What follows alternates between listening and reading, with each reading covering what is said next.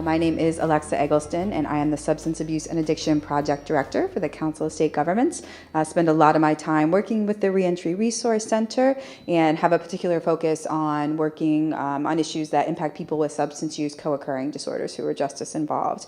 So I want to thank you all for coming today. We are here to talk about sort of health, housing, and reentry, and sort of why those things are important program components. I know we've heard a lot of emphasis on criminogenic risk and needs, and so I think we're going to spend a little bit time talking about some of the broader things that folks need as they are transitioning back into the community from prison or jail. So joining me today are Dan Abreu, who is with Policy Research Associates, but probably known just as much for the Gain Center that they have and the work that he does with the Gain Center, but has a long history of working on issues that impact justice involved individuals with mental health problems. And then Jordan Press, who's with the Corporation for Supportive Housing, long history of working on housing policy on the Hill for a member of Congress, and then has been with the Corporation for Supportive Housing for a number of years. So I'm going to kick off just to give a little bit of background, and then Dan is going to go. He unfortunately, if I can share your travel woes, flight was canceled, so needs to catch a train, and so he's going to need to run out at about 2:15. So we want to make sure that he has plenty of time to chat, and then if you guys in particular, since he needs to run, if you have questions for him as he's talking, feel free to go ahead and ask them. I had some very nice slides ready for you. Just so happens that this morning, as I was getting ready to transfer them onto my little flash drive, my computer crashed. So I am going off of memory, so I don't have anything printed. So bear with me, and I'm just going to give you a little bit of background. I think it's probably not going to be a surprise to anyone here in the room that individuals who are incarcerated, both before they go into jail or prison and as they come out, have very serious, complex, and often chronic health needs. We know people have high rates of things like HIV/AIDS, cancer, heart disease. Of course, we hear a lot about people's having addiction issues, as well as mental health problems. And so there are sort of a range of health needs that need to be considered, both while they're incarcerated and as they transition back into the community. We know the quality of care that they receive while they're incarcerated is often not great, and so need to consider what impact that may have on their health as they're transitioning back into the community. And we also know that most folks, when they come back to the community, they don't have insurance, right? They are often unemployed or have jobs that don't provide insurance, often do not qualify for Medicaid unless they have a serious mental illness or sort of other disability. And if they do qualify for Medicaid, we often know that isn't going to cover some of their more serious behavioral health treatment needs. So those are some of the issues that we're going to talk about today, and in particular going to hear about things that folks could and should be doing around people with mental illness and reconnecting people with benefits before they leave institutions. We all know that's very critical. And then we're going to hear from Jordan a little bit about sort of how housing in particular can be a mechanism to not only obviously get and keep people healthy, but connect them to benefits as well. So with that, I'm going to turn it over to Dan. Good afternoon. How many are familiar with the Gain Center? One person, okay. Well, actually 3 people, okay. So just briefly, the Gain Center is operated by Policy Research Associates, and we provide, Hank Stedman is our director and president of the business, and we provide technical assistance to communities and states around people with co-occurring disorders in the justice system. Currently, we're supervising 13 states that got jail diversion, trauma recovery grants with a priority for veterans. So that's been a very interesting project for us, and we've been working around a lot of veterans issues, and veterans who get involved in the justice system and veterans courts and training for police officers to identify veterans and that kind of thing. What I'm going to talk to you about today, though, is Social Security and its use and its usefulness in reentry. Prior to my coming to policy research, I oversaw reentry for New York State for people with mental illness coming from the state prisons to the community. So I've had some experience in implementing a SOAR initiative, which I'll tell you about in a little bit, from the state prisons in New York, and it made a huge, huge difference in the chances people had once they returned to the community. Now, another question for the group: how many of your programs do you think will be serving people with mental illness?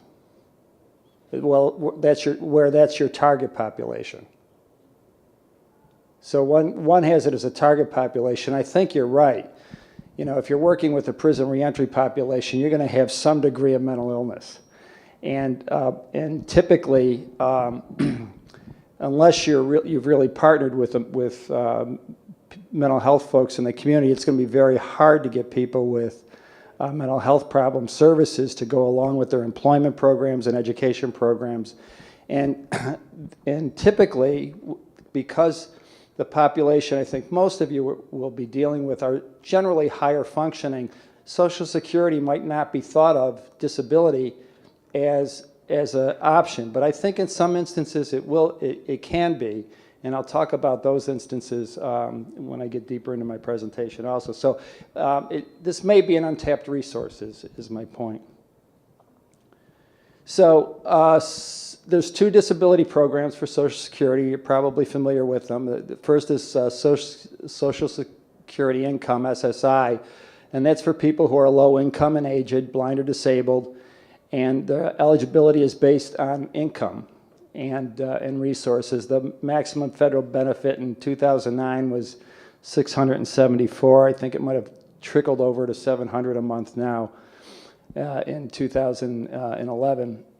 The second disability program is SSDI, and that's based on earnings, employment earnings, and contributions to the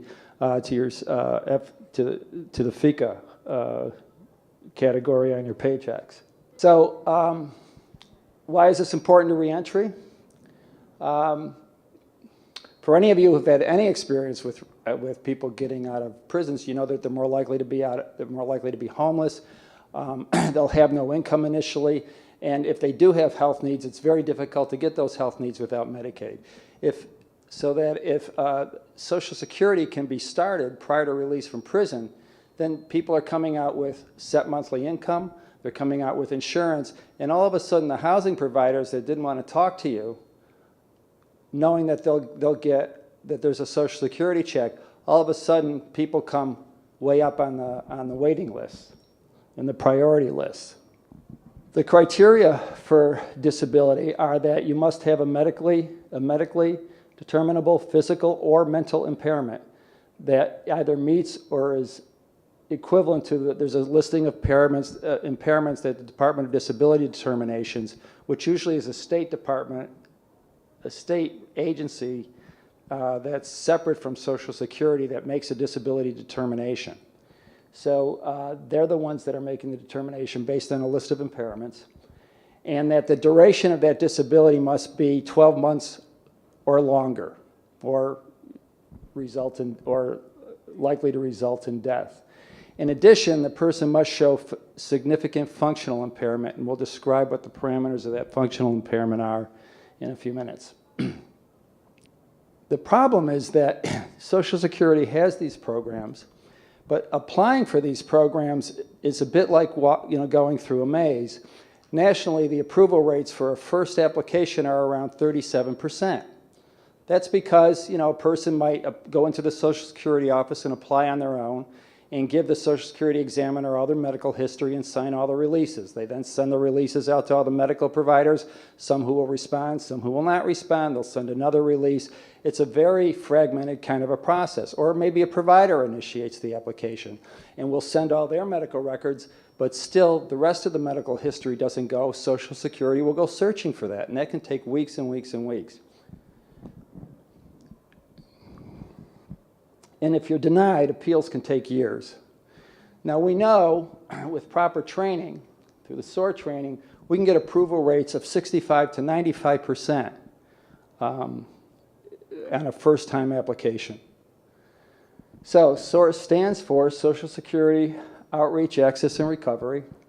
It's sponsored by SAMHSA and HUD, and Policy Research has operated the SOAR Technical Assistance Center since 2005. Deb Dennis is the director of that for us at Policy Research. And so we help states and community increase their application approvals through collaborative and strategic planning, through training, and through technical assistance. These are the 34 states that are already participating in the SOAR program. I'll just take a second and leave that up there, and if you're one of the states and you're interested, we have representatives back in the office that are assigned to these states, and we can make arrangements to link you up with those folks in case you have more questions.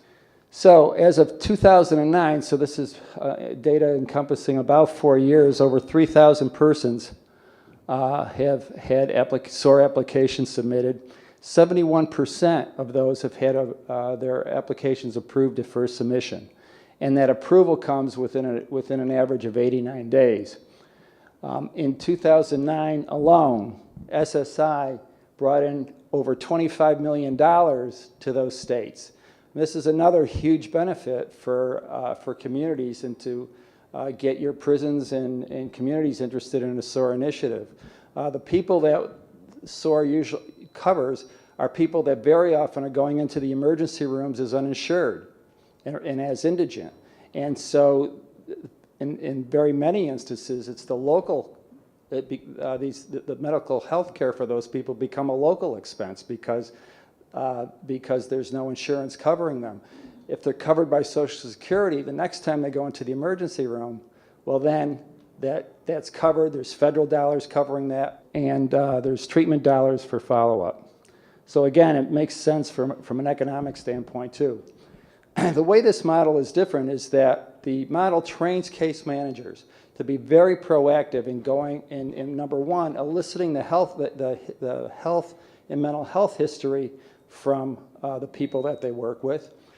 Then, rather than having Social Security go after that information, it's the case managers that'll send out the consent forms to the various providers that have been involved with that person, getting the past hospitalizations, getting the substance abuse treatment records, the jail or prison records, and then combining that packet and doing a clinical summary that they then send into Social Security, so there's a complete packet and enough information so that the examiner can make a determination at the first submission.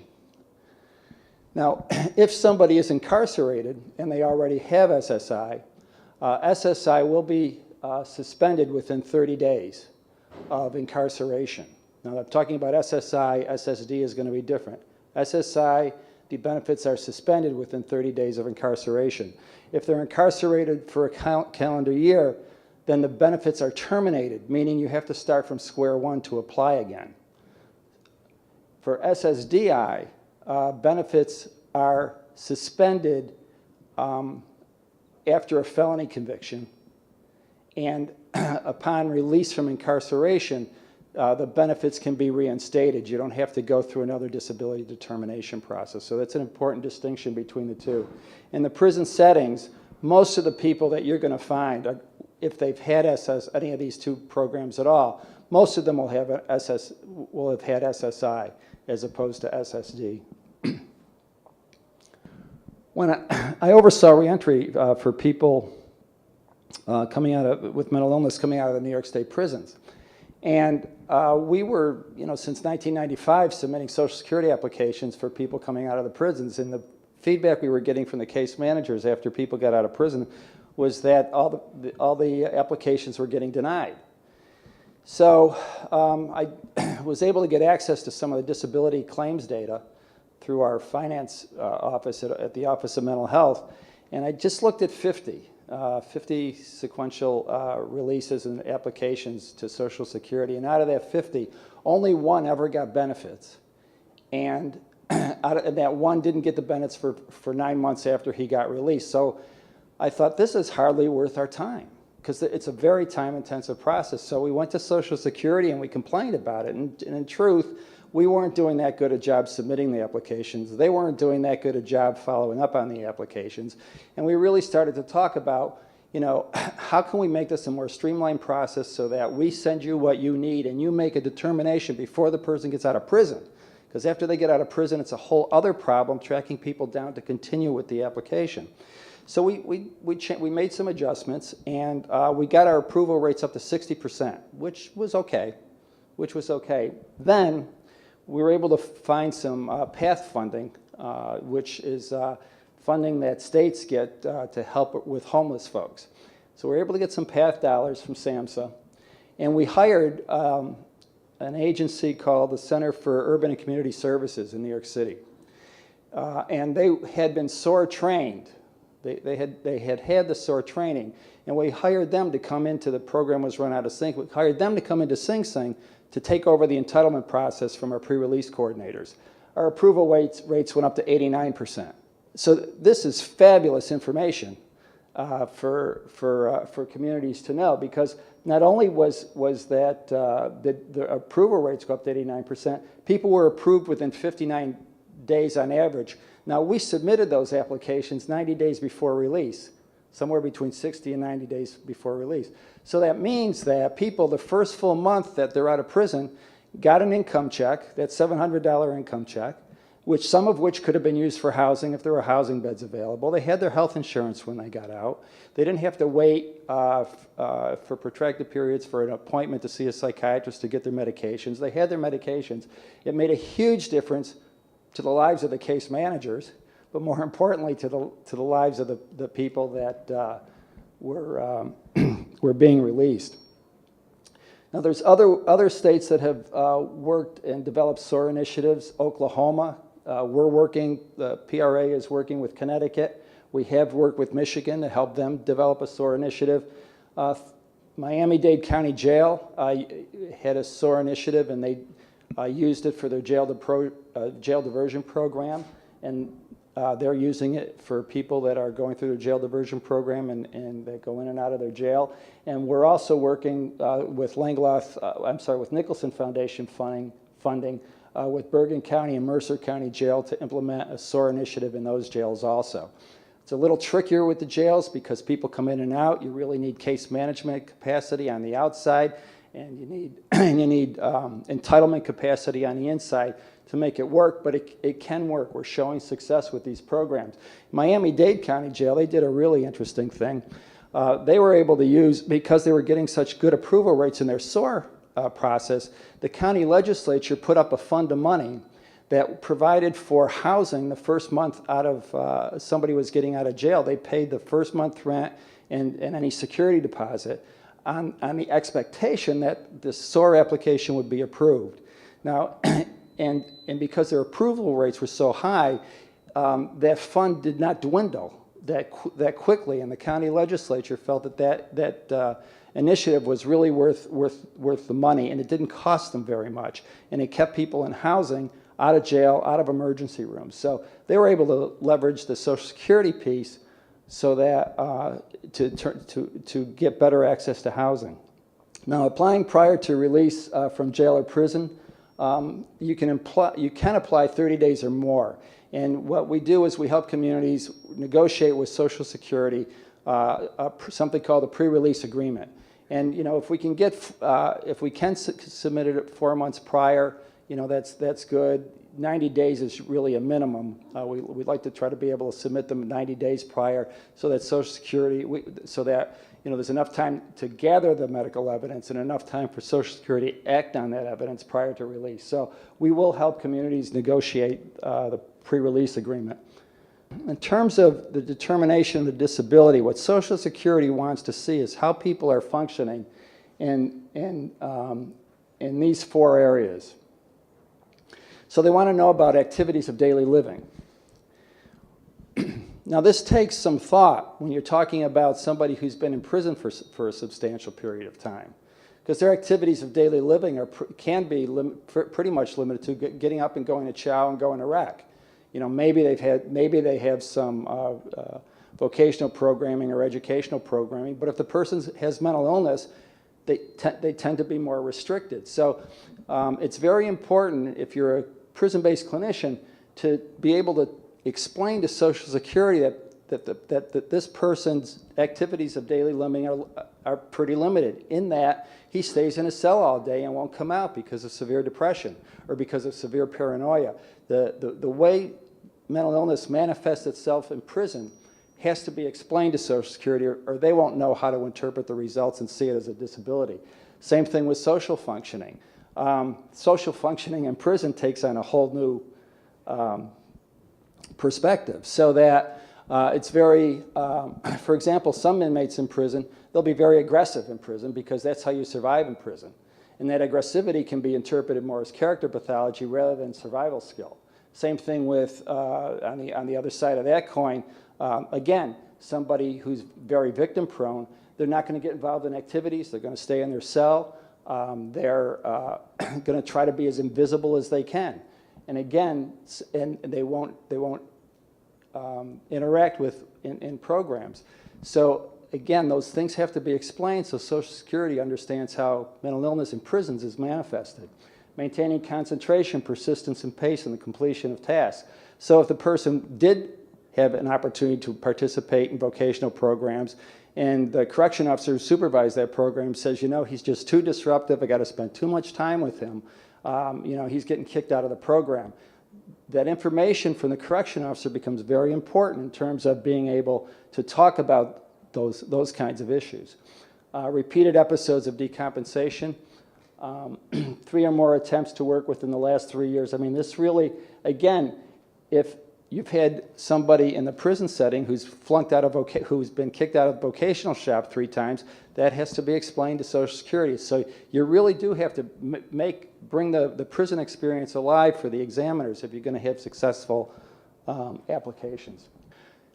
There's the other issue with this is an issue for clinicians in prisons in particular that might not be as apparent in working in the community.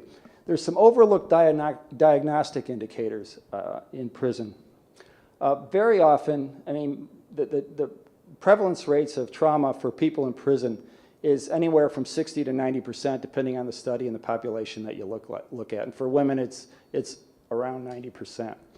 Well, undiagnosed trauma manifests itself in prison as, again, it can go either way. It can be a lot of aggressive behavior, a lot of anti-authoritarian behavior, or it could be very victim-prone behavior. But it doesn't necessarily carry a diagnosis unless somebody sits down, number one, screens for trauma. I have a trauma expert right here, David Washington, so jump in if I'm missing anything. But unless there's screening for trauma, assessment of trauma, and then treatment.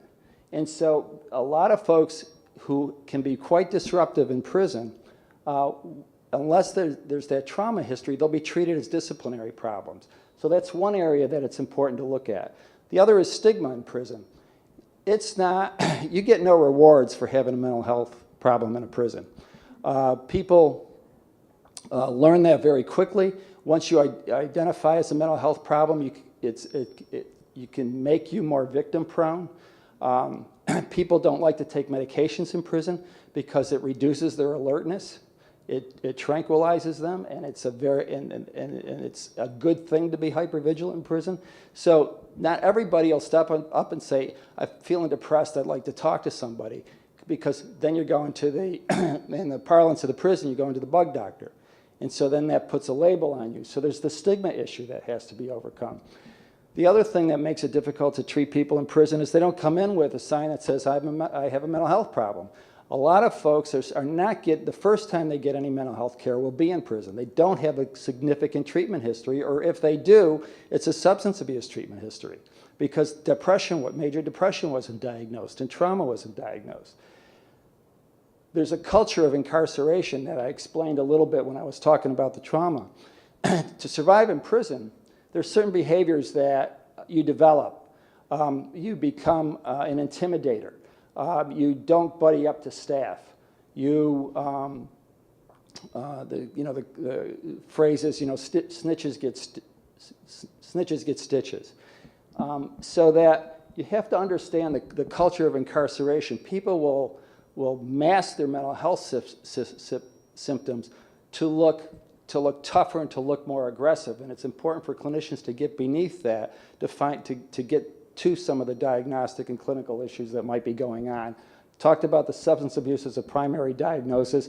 The other issue, and Alexa alluded to this, people in prison, especially people with mental health problems, have a higher prevalence of medical problems. So the mental health disability alone might not be sufficient to get determination of disability, but when you add in diabetes or coronary heart disease or the other medical diagnoses, it might be enough so that there will be a disability determination when Social Security looks at the full scope of the medical and mental health history.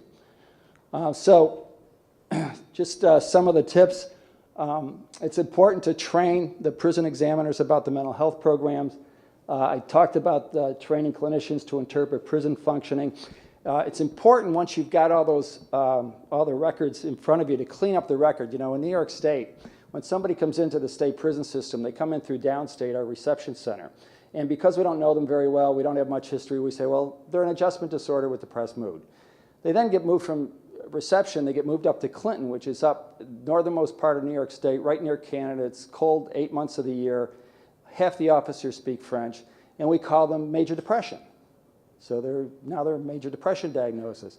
As they're getting ready for release, they come back down to Sing Sing. Now, Sing Sing's a very loosely run facility. There's a lot of movement. There's a lot of activity. There's a lot of emotion. And all of a sudden, the person's bipolar disorder. So, and you see this with homeless populations, too. They've had a number of different treaters, a number of different diagnoses. It's really incumbent on the people submitting the application to make sense of all those discrepancies and come up with a clear diagnosis so Social Security isn't have to figure it out. Again, it's important to aggressively pursue treatment records from, once they're in your system, to begin collecting them from the date of entry. And also, it's important to have a good community program that will work with you after release of case management, and specifically, so that the case managers can follow up on the applications if they haven't been approved by the time the person hits the street. The other thing that's important to know, and this is important for the kinds of people I think you're going to be working with, just because you have a Social Security disability examination, you're receiving SSI or SSDI, doesn't mean that's a permanent thing. Most of the people that we've worked with, and I've worked with coming out of prison, they want to work. Sometimes they don't want a Social Security because they'd rather have the job. Well, they can still get Social Security, and Social Security has a number of work incentives. If you have SSD, there's a trial work period where you get full benefits for 9 months. If you've worked only 9 months in 5 years, you'll still get full benefits. For SSI, they only will they'll include less than half the earnings, half your current earnings before they start to reduce your Social Security benefits. So at the end of the day, you're still making more money than you would if you were just collecting Social Security. So this is an important thing for I think the kind of people you'll be working with who are higher functioning but still may have enough disability to qualify for Social Security. There are still very important work incentive benefits.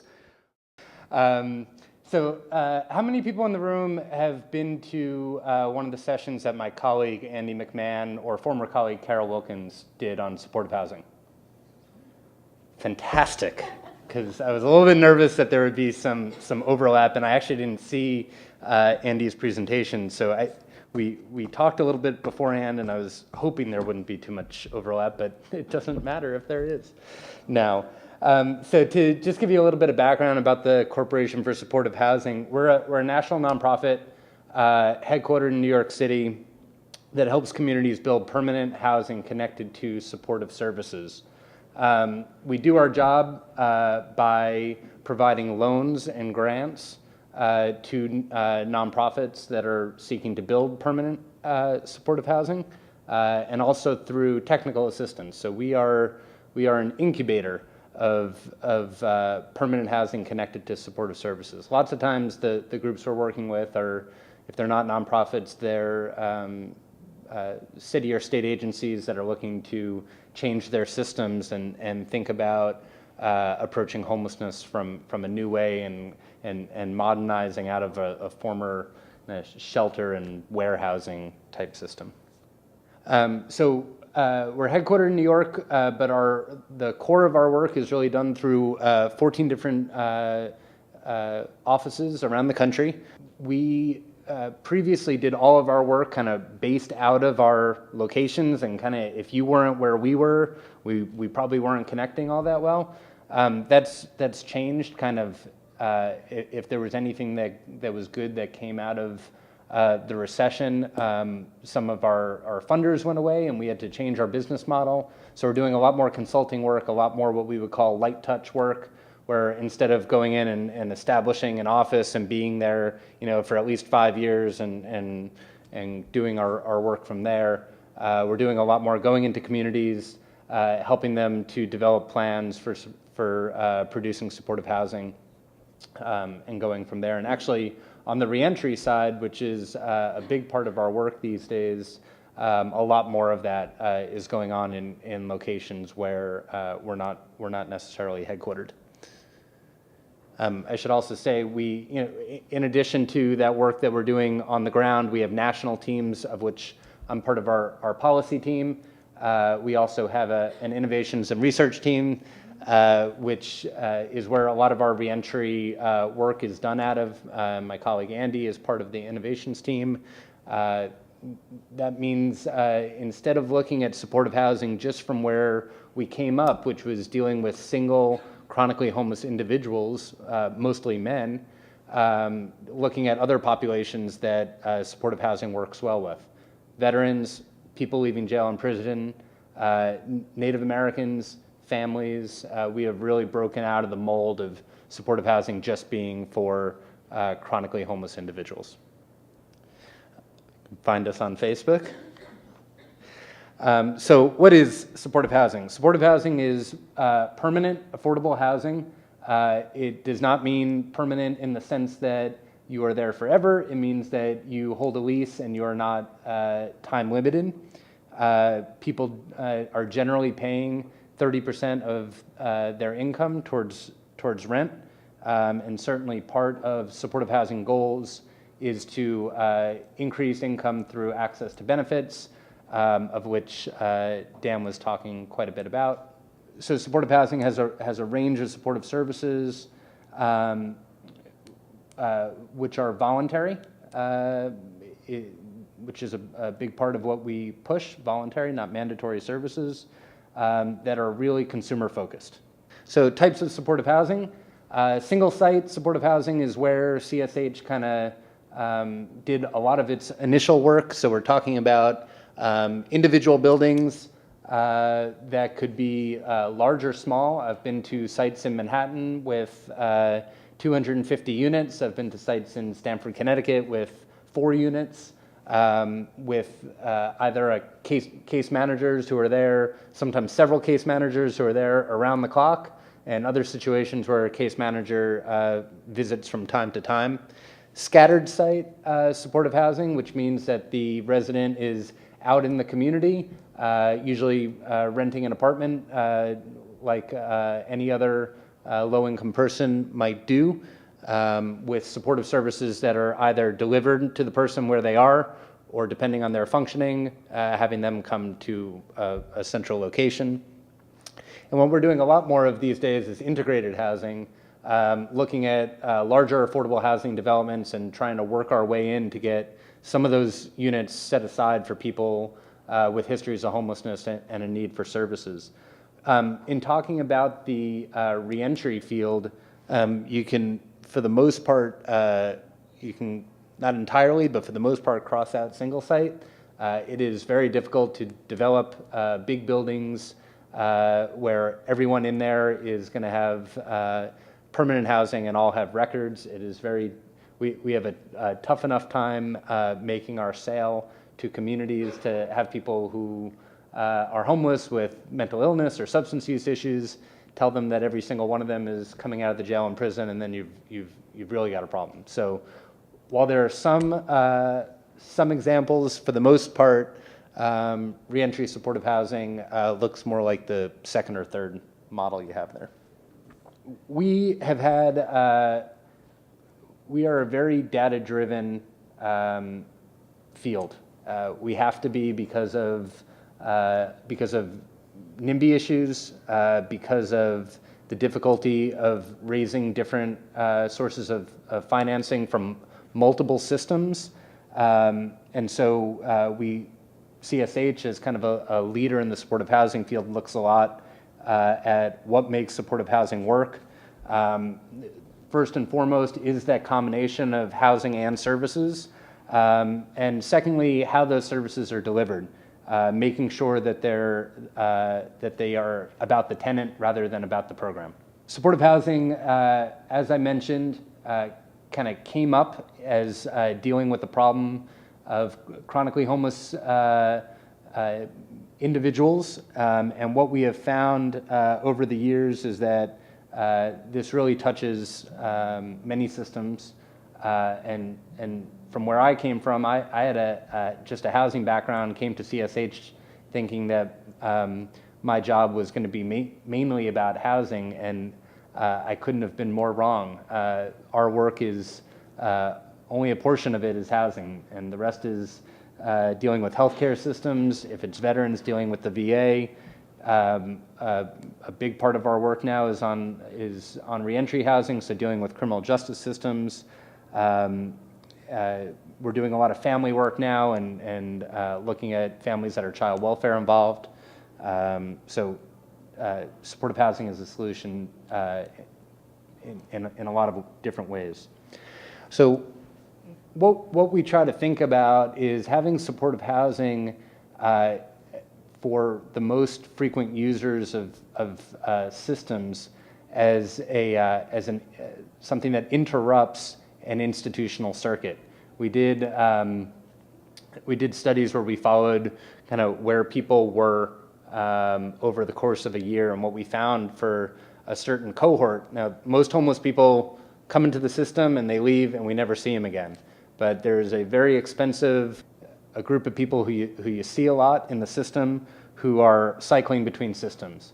They're in jail, they're in rehab, they're out on the street, they're into the shelter, they're back in jail, they go back, they live with their family, they get kicked out, they're back on the street.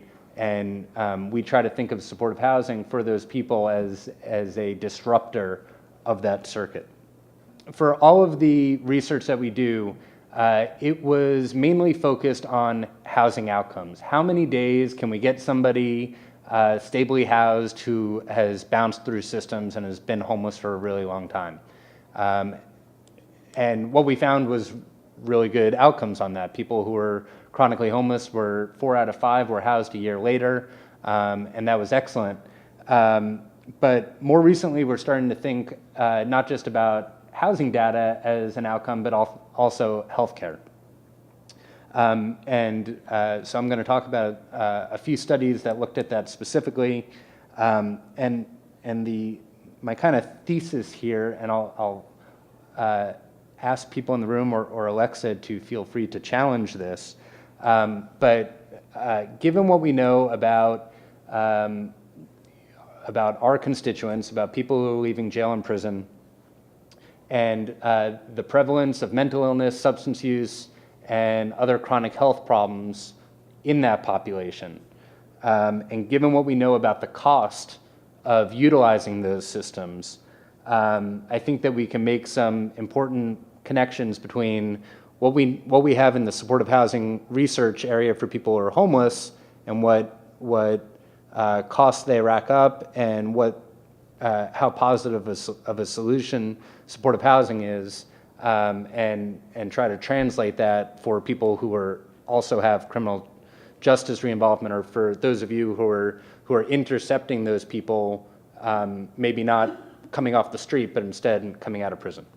So that is what I'm working off of. This chart talks about price. about cost of people who are homeless with complex health conditions. Going up to Capitol Hill these days, which I do a lot of, talking about the need for supportive housing, everyone is obsessed with our budget. I'm sure that's going on in your communities as well. I think that making an effective case for the continuation of our programs, it's very important that we talk about the costs that our clients are racking up if we don't deal with them. A seminal study in New York City showed a mentally ill homeless person consumed $40,000 a year in services, most of those on the health side, compared to supportive housing costs that were in the mid-20s.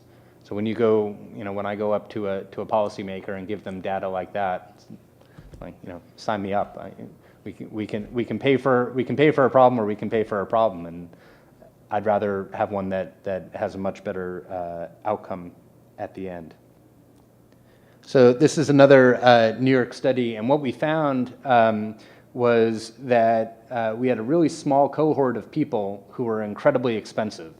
And this goes to an issue that CSH takes seriously, which is making sure that our services are targeted to those who are most vulnerable. So 20% of the users in the Medicaid program were racking up 73% of the costs. And if you look down at the very bottom, just 3%, so the top 3 most expensive utilizers of Medicaid were accounting for 30% of the Medicaid costs in this study. Just making the case on costs and on targeting highest utilizers. So out in California, we decided to do, CSH worked on a study called FUSI, Frequent Users of Health Services Initiative, and we were working with a bunch of 6 different communities over several years, hospitals and service providers, connecting people who were the highest users of services, and looking into what kind of outcomes we could get if we played with different service models, and almost all of these models included some sort of housing component to it. Give you a sense of how expensive these folks were. On average, 8.9 emergency room visits annually, annual charges of $13,000 per patient, 1.3 hospital admissions, and 5.8 inpatient days, average annual cost of $45,000 per patient. And you can see the numbers there of kind of a demographic demonstration. 45% of them were homeless, 32% with mental illness, and 65% with chronic illnesses. So once they were given this mix of housing and services, what were our outcomes? You can see on the health side, not only the number of days and the number of visits that decreased, but most exciting to me when I pitch this to policymakers is the cost. Really significant on the inpatient side, 1 year pre-enrollment, over $46,000 per person per year. After 1 year in the program, there's some decrease, and after 2 years in the program, a 69% decrease in the cost of inpatient charges. So a little bit more data from FUSI, and then in San Francisco, there was a study found that total hospital costs for their frequent users were $23,000 a year, and a study in San Diego that the 15 people that they identified as the most frequent flyers, both chronically homeless and chronic inebriants, $100,000 on average in medical costs per year. So we saw significant reductions in both in the emergency room, in inpatient days, inpatient charges, that are significant and help us to make our case. Chicago study. This was an excellent study published in the Journal of American Medicine in 2009. There was kind of a rush of data in 2009 that got me and my colleagues excited. A lot of the data that we wanted to see, particularly focused on the health side. This was looking for a determination of what would hospitalizations and visits to the emergency rooms, what would the impact of supportive housing be on those people. Sample size of 200 people who were receiving services and 200 people who were in a control group. The control group kind of went through the regular process of you visit the hospital social worker and you're released, and if you want to come back and try to see that hospital worker like any other person, that's fine, but that was the control group. They identified people who were just before discharge, who were homeless, single, and with chronic health conditions. There was a kind of more specific list than I put up here, but specifically looking at heart, respiratory, cancer, liver, and HIV as a target group of people with chronic health conditions. So they wanted to look at what were the number of hospitalizations, total hospital days, and number of visits over a 1.5-year period. The housing intervention that they provided was a housing first model, which is a premise, if you don't know about it, that you first get a person into housing. They don't have to earn that housing by first completing whether it's substance abuse classes or otherwise, get them into the housing and then deal with their service needs. So this was a housing first approach, and they worked with 10 different agencies in the city of Chicago. So the outcomes were 29% drop in hospitalizations, and in hospital days, 24% drop in emergency room visits. At 18 months, 66% were stably housed, compared to only 13% in the control group. And 100 for their kind of extrapolation out was that for every 100 homeless adults offered the intervention, there would be 49 fewer hospitalizations, 270 fewer days, and 116 fewer ED visits. So in Seattle, another very rigorously studied site, housing first for people who were chronic inebriants. I went and visited this site, and the amount of alcohol use would make any fraternity brother shudder. It was outstanding, the level of alcohol consumption for the people who were being served by this project. So 75 homeless individuals, and the interesting part about this model, I mean, housing first to the nth degree, was that individuals, there was no rules about drinking in their rooms. So it was dubbed bunks for drunks. It was featured on 60 Minutes. It ran into a ton of local opposition that they would actually have a publicly subsidized housing situation where people whose primary problem was alcohol intoxication, and they would still be allowed to drink. So what they did there again was they did a data match. This was kind of the first process that they had to do before they could go any further. So they looked at the people who were the most frequent visitors to the hospital, to the sobering center, and to the shelter and detox, and made a list, and they found them. And my understanding was that of the first 60 or 70 people that they went out to find, one of them was dead, and every single other of those individuals accepted going into this program. And when you think about that population, homeless, chronic inebriant, you would think of people who typically reject housing and services, right?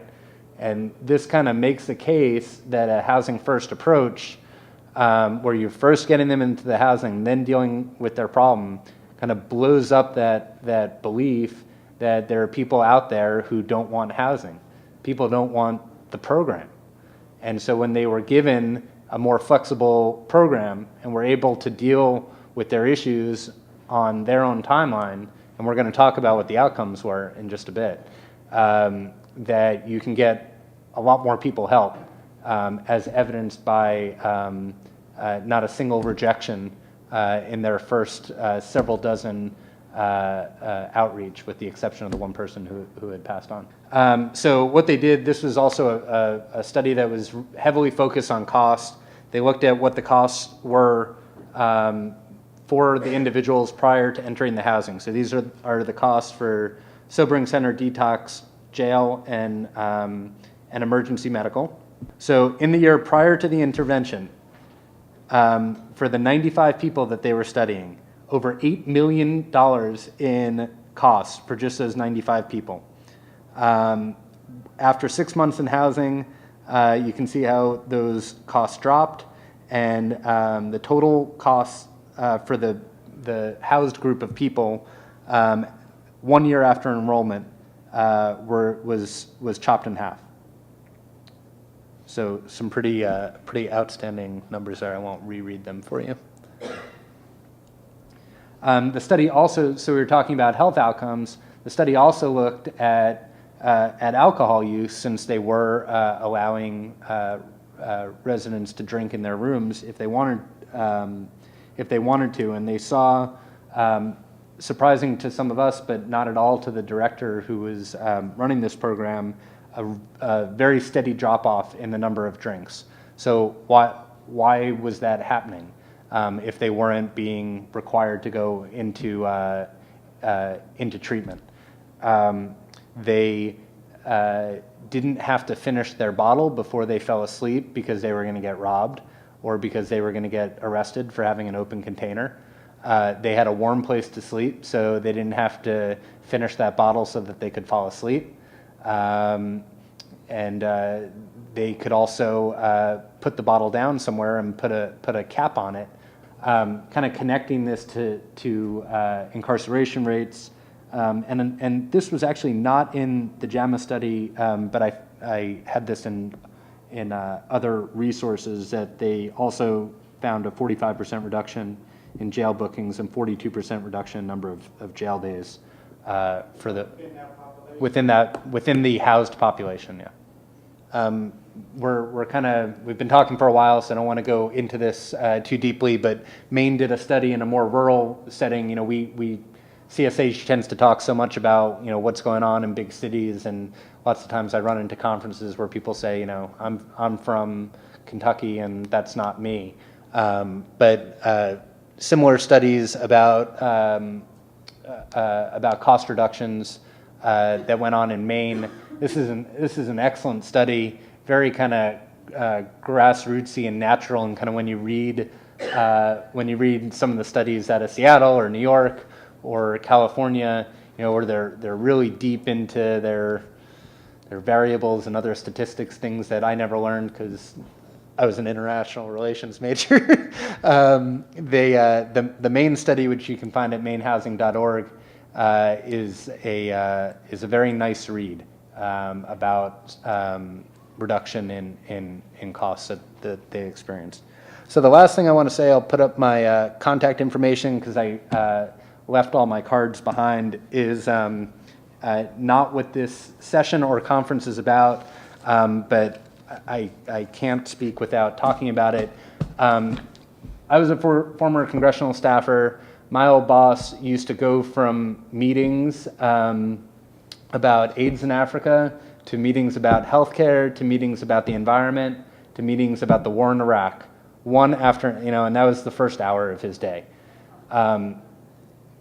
Policymakers, whether it's at the federal level or state level, are focused on 100 different things.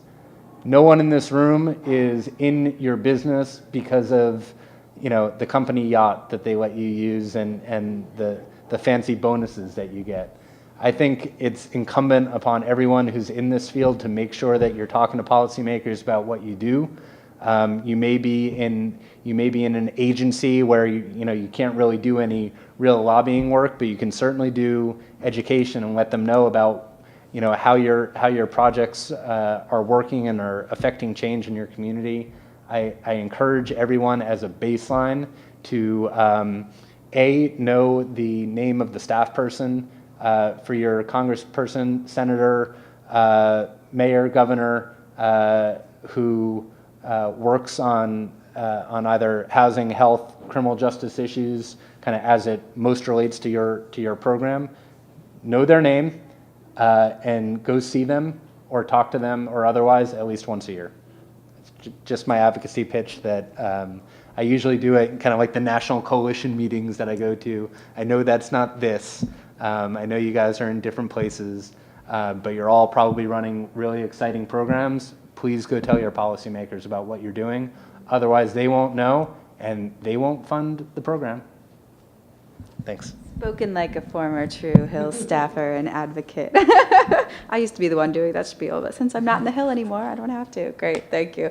So I know we want to have been here a long time, all day, and it's getting close to wrapping up, but I do want to spend just a few minutes talking about sort of one final issue that is on the radar screen of the Reentry Resource Center, and I think a number of other organizations here in DC who work specifically on issues impacting justice-involved individuals, and that is sort of healthcare reform and sort of the potential for expansion of services for individuals who are justice-involved because of some of the changes that we think will still come through healthcare reform regardless of what happens politically with changes to the bill and that sort of thing. And it might be something that Jordan has some insight on, given that he's actually on the Hill.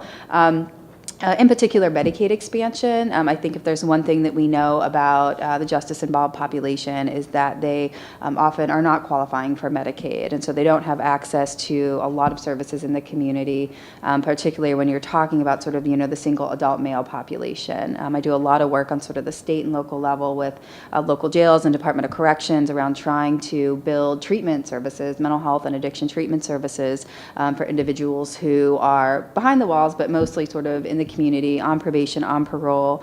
And as you all will know, first thing out of, regardless of who you talk to, whether it's sort of individuals who are in the community on probation and parole, the probation and parole officers, anyone, there aren't any resources available for our folks. And so I think that healthcare reform, Medicaid expansion is particularly exciting for that population because there will now be sort of this new eligibility class based on purely on income. And, again, as we know, sort of in most places, even if you do have Medicaid access, the criteria are very stringent, so you have to have a very serious mental illness in order to qualify, and individuals with addiction disorders who don't have sort of serious mental health problems don't qualify at all, and if they do, they don't get access to addiction services. So again, just want to flag for you, I think this is something that ourselves, that the field should be paying a lot of attention. I know a lot of treatment providers in particular are spending a lot of time advocating on the regulations that are coming out as part of healthcare reform, and spending a lot of time thinking through the implications of what potentially is a new funding stream for addiction treatment services, co-occurring services for the justice-involved population. And so, I think that's something that you should continue to sort of look to us for guidance on as we sort of move through the next really couple of years. I think it's also relevant for those of you that have, in particular, the grants that are more focused on providing treatment services, in terms of sustainability and thinking through. So our funding dries up in a year or two, sort of then what do we do to connect people in particular to health, mental health and addiction services. And again, sort of Medicaid expansion in particular should be something within a arguably relatively short time frame, even though it's 2014 before those benefits have to be in place. States are, for the most part, in some way, shape, or form, starting to plan, even if they're simultaneously fighting other pieces of healthcare reform. I think everyone sort of agrees, regardless of what happens with sort of the mandates around insurance for folks that aren't in the Medicaid system, that Medicaid expansion will probably move forward because of their recognition of, how hard it is for many folks to afford healthcare and need for assistance there. So in terms of sort of that issue, just want to encourage those of you who are sort of in state agencies on the state level, or those of you who are advocates working sort of with your state legislatures or with your state departments of HHS or correction services, to really be starting to ask questions about, okay, so what are the conversations around what we're going to be doing to think about, in particular, benefit eligibility and restoration determinations. You heard sort of Dan talk about some of the work that SOAR has been doing around how do you get people signed up for benefits before they walk out the door. We all know that's critical in terms of how they do those first couple of months, if not weeks, once they return to the community. We know that the rates of sort of death are much higher for folks in those first couple of weeks as they come back into the community. And this really is about saving lives in a lot of cases, connecting them to healthcare, mental health, addiction services, and I think should also be a very important goal of all of our work and all of our programs. So again, what are Department of Corrections doing to think about this new funding stream that's going to be available? What are your policies around if you're in a jail level Medicaid suspension versus termination? It's something that can be done on the local level, and if it's not being done, it should be done. And in terms of sort of the case planning, reentry planning that you're doing, that benefit, eligibility restoration piece is going to become increasingly important as we move toward Medicaid expansion. I think just having healthcare as an important part of your reentry program, sort of how many people in here, healthcare, mental health, addiction is a significant part of what they're doing. So a handful, if you peel off addiction, mental health, how many people are sort of connecting people to healthcare services? So same housing. That was tough, right? Funding's tough. And so again, I think the healthcare reform and Medicaid expansion, so that integration issue is key. The transitions clinic model that I referenced earlier is made possible mostly through sort of local state funding, but there are a number of community health centers, federally qualified health centers that are doing this work.